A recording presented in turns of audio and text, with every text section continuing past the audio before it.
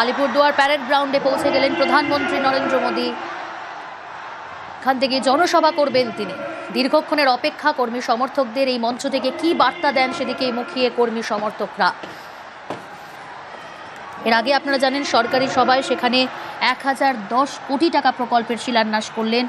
2.5 লক্ষ পরিবারের কাছে পৌঁছে গেল পাইপলাইনে গ্যাস এবং 2.5 লক্ষ পরিবারকে পাইপলাইনে গ্যাস সরবরাহ। পাশাপাশি এই মুহূর্তে জনসভায় প্রধানমন্ত্রী নরেন্দ্র মোদী। প্রথমবার রাজ্যে মোদী এবং আলিপুরদুয়ারে আজ জোড়া কর্মসূচি রয়েছে তার। আজকের এই মঞ্চ থেকে কি বার্তা দেন, কি আক্রমণ, এবং আপনারা জানেন গতকালই প্রধানমন্ত্রীর এই যে পোস্ট পেরে কিন্তু ইতিমধ্যেই রাজনৈতিক চাপানুতো, এবং তারপর আজ এই জনসভা থেকে কি বার্তা দেন মোদী সেদিকে অবশ্যই তাকিয়ে রয়েছে।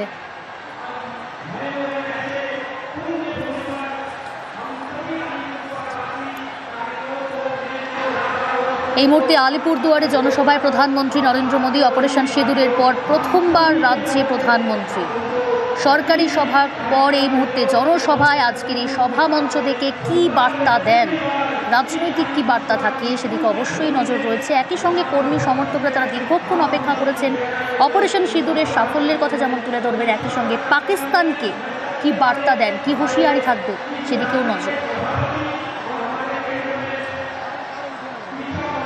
গতকালই প্রধানমন্ত্রী নরেন্দ্র মোদী তার একটি পোস্ট, যেখানে তিনি উল্লেখ করেছিলেন রাজ্যের শাসক দলকে বিধেছিলেন সেই পোস্টে। তারপর আজকের মঞ্চ থেকে এই জনসভা থেকে কোনো বার্তা রাখেন কিনা, বার্তা দেন কিনা অবশ্যই নজর থাকবে।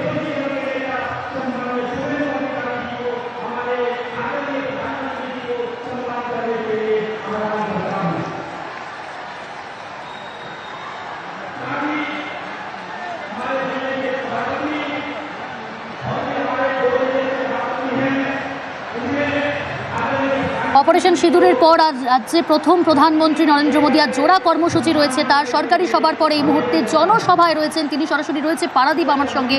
পারাদীপ, মঞ্চে প্রধানমন্ত্রী নরেন্দ্র মোদী আর কিছুক্ষণের অপেক্ষা, তারপরই বক্তব্য রাখবেন। কি বার্তা দেন অবশ্যই সেদিকে নজর রয়েছে। এই মুহূর্তের ছবি। এই মুহূর্তে নরেন্দ্র মোদী তিনি কিন্তু জনসভার যে মঞ্চ, সেই মঞ্চে এসে উপস্থিত রয়েছেন এবং তার সঙ্গে মঞ্চে উত্তরবঙ্গের যারা বিধায়ক, যারা সাংসদ, মনোজ টিক্কা রয়েছেন, রাজ্য সভাপতি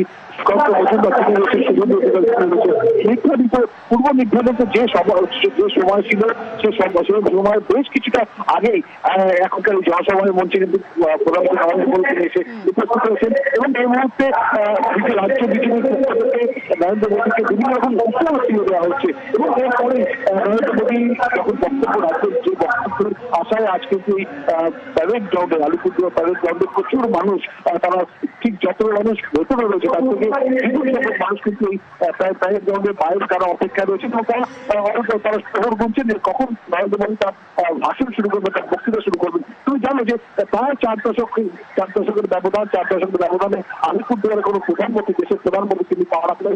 1986 সালে রাজীব গান্ধী এসেছিলেন, তারপর 4 দশক অতিক্রান্ত এবং 2025 নরেন্দ্র মোদী দেশের প্রধানমন্ত্রী তিনি এসেছেন।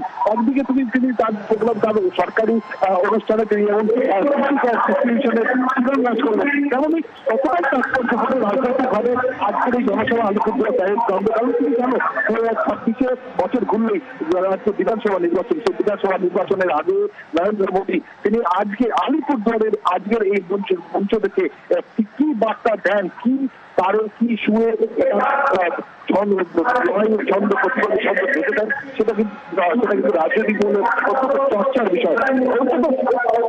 পরে সেটা বলার যে তুমি জানো যে অপারেশন সিঁদুর হওয়ার পরে পূর্ব ভারতের গোটাই থেকে প্রধানমন্ত্রী নরেন্দ্র মোদী তার প্রথম জনসভা, এবং সেদিক দিয়ে কিন্তু আজকের এই জনসভার তাৎপর্য কিন্তু রয়েছে। কারণ তুমি জানো যে রাজনৈতিকভাবে বা ভৌগোলিকভাবে আলিপুরদুয়ারকে বেছে নেওয়া হয়েছে নরেন্দ্র মোদীর প্রথম জনসভা হিসেবে পূর্ব ভারতে।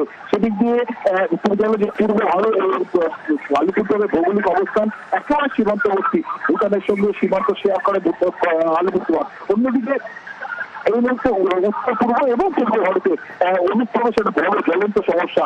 সেই জায়গায় দাঁড়িয়ে আজকে এই আলিপুরদুয়ারের সভা থেকে নরেন্দ্র মোদী ঠিক কি বার্তা দেবেন সেদিকেও কিন্তু তাকিয়ে রয়েছে এখানকার উত্তরবঙ্গের মানুষ। আর শুধুমাত্র আলিপুরদুয়ার নয়, আলিপুরদুয়ারের পাশাপাশি কোচবিহার, জলপাইগুড়ি, দার্জিলিং, উত্তরবঙ্গের প্রত্যেক মানুষ আজকের এই সভা থেকে সাগ্রহ দাখিল রয়েছে। উত্তরবঙ্গের মানুষের একটা বিশাল অংশের জীবিকা হচ্ছে চা বাগান। সেই চা বাগানের একটা সুন্দর সমস্যা রয়েছে, তাদের প্রভিডেন্ট ফান্ডের একটা সমস্যা রয়েছে, তাদের জীবিকার একটা সমস্যা রয়েছে, তাদের যে তারা যে সব সেই সমস্যা সংক্রান্ত সমাধান সূত্র আজকে আলিপুরদুয়ারে জনসভায় প্রধানমন্ত্রী নরেন্দ্র মোদী আর কিছুক্ষণ পরই বক্তব্য রাখবেন। তিনি কি রাজনৈতিক বার্তা দেন সেখান থেকে, সেই মঞ্চ থেকে অবশ্যই নজর। একদিকে অপারেশন সিঁদুরের পর প্রথমবার রাজ্যে মোদী, আর এই অপারেশন সিঁদুরের পর অপারেশন সিঁদুরের যে সাফল্য, সেই সাফল্যের কথা যেমন তুলে ধরবেন, स्वागत भाषण পাশাপাশি देने हेतु मंच पर आमंत्रित करता हूं।